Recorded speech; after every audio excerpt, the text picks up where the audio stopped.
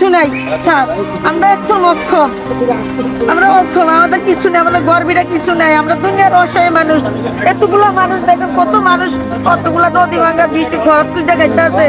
আমরা চাইজন আমাদের পরিবার ফ্যামিলি নিয়ে আমরা সব মানুষজন দিয়ে আমরা এখানে থাকতে পারি।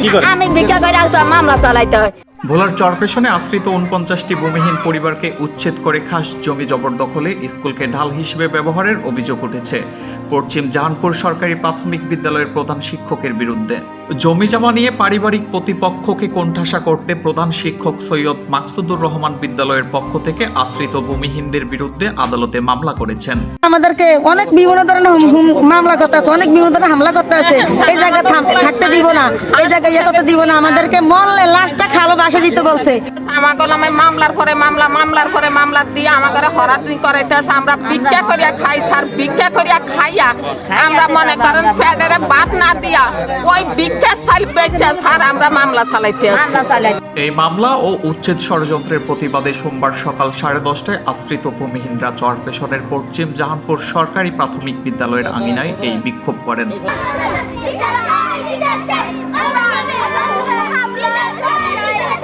বিক্ষোভ সমাবেশে উচ্ছেদ হুমকিতে থাকা মানসিক প্রতিবন্ধী জাহানারা বেগম বলেছেন, আমরা ভিক্ষা করে খাই, নিজেদের কোনো জায়গা জমি নাই, প্রায় 50 বছর ধরে খালপাড়ের খাস জমিনে ঘর বাড়ি করে আছি। এই বাড়িঘর এবং খাস জমি দখল করতে প্রধান শিক্ষক সৈয়দ মাকসুদ ওই জমিকে স্কুলের জমি বলে দাবি করে নতুন করে মামলা দিয়েছে।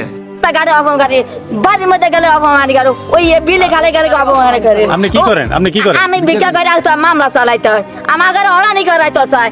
বাবা ছেলে মিলে পারিবারিক জবরদখল বহাল রাখতে স্কুলকে ব্যবহার করছেন বলেও অভিযোগ ভূমিহীনদের। আমার মা ভিক্ষা করে এখন মামলা চালাইতে হয় সবকিছুতে। মামলা দিছে মনে হয় আঙ্গুরে এই জায়গাটা উড়ানোর জন্য। ভুক্তভোগী জসিম উদ্দিন বলেন, স্কুলের 50% জমিদাতা সৈয়দ কামাল উদ্দিন, কিন্তু স্কুলের নামে নামজারি রেকর্ড করা হয় 53.17% জমি। রেকর্ড করা অতিরিক্ত 13.17% জমি মূলত ভূমিহীনদের বসতবাড়ি সহ দখলে থাকা জমি। ভূমিহীনদের জিজ্ঞাসা, স্কুল কেন জমি রেকর্ড করবে, দখল করবে? সর্বশেষ ওরা আমাকে হয়রানি করতে সর্বশেষ একটা মামলা দিছে আমাকে এই প্রতিষ্ঠানটা দেখে একটা মামলা দিয়ে আমাকে এইভাবে ভয় লাগাইতেছে যে তোমরা জায়গা ছাইরা দিতে হবে। এটা প্রতিষ্ঠানে দিয়ে দিছি, এটা সরকারি হয়ে গেছে, এটা সরকারের মামলা, সরকার চালাইবো, তোমরা এখানে থাকতে পারবে না। বিভিন্ন রকমের হুমকি টুমকি, রাইতে বিয়ালি এমনি সেমনে বাজারে বন্দরে আমাকে নামে মামলা দিছিল।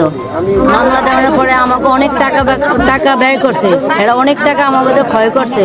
আমরা এখন আর টাকা আমরা শিখতে পারতেছি না, কারণ আমরা গরিব মানুষ, অসহায় মানুষের কেন হেরা এত কিছু জুজুলুমি করে খায়। পশ্চিম জাহানপুর সরকারি প্রাথমিক বিদ্যালয়ের প্রধান শিক্ষক সৈয়দ মাকসুদুর রহমানকে বিদ্যালয়ে গিয়ে পাওয়া যায়নি। না ভাই ঠিক আছে ভাই, আপনি সেটা আপনি পত্রিকা দিয়ে দিচ্ছে, প্রতিবাদ দিয়ে ভাইয়া শোনেন, আপনার কথার জন্য আপনি একদম কত মানুষ, আপনার কথার জন্য আমি বুঝতে পারছি ভাই।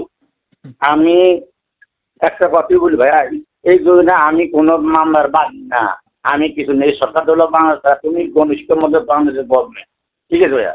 এই জমিটা সরকারের একেবারে একটা ফ্রেশ, এটার ভিতরে কোনো কিছু নেই। আমি যেটা বলছি, এই আপনি শুনেন, আপনি তো দেখবেন শুনবেন, সে মামলা পিছিয়ে রাখছি। আমি কেন আপনার সাথে ফলস করতাম? আপনার ল্যাঙ্গুয়েজও বুঝে গেল, আপনি তো খুব ভালো মানুষ, ভদ্র মানুষ ভাইয়া। ওরা মামলাটা এই যে নিউজ করে ওরা আবার প্রতিবাদ দিয়েছে। আপনারা একটা বিষয়ে ভালোভাবে জেনে থাকবেন যে প্রাথমিক স্কুলগুলোতে প্রধান শিক্ষক হচ্ছেন অল ইন অল, উনি হচ্ছেন ডিসিশন মেকার, এবং যে কোনো মামলা হামলা বা ভালো খারাপ যে কোনো বিষয়ে উনি একমাত্র ডিসিশন নেবেন। অভিযোগ সম্পর্কে উপজেলা প্রাথমিক শিক্ষা অফিসার তামেশ উদ্দিন জানান, বিষয়টি খোঁজ খবর নিয়ে প্রয়োজনীয় ব্যবস্থা নেওয়া হবে। দেখবো যে কি অবস্থা হয়ে আছে, হ্যাঁ, তারপরে তখন আমি ব্যবস্থা নেবো। আমি তো আগে কিছু বলতে পারবো, ঠিক আছে, তাদের সাথে কথা না বলে তখন কথা বলতে হবে।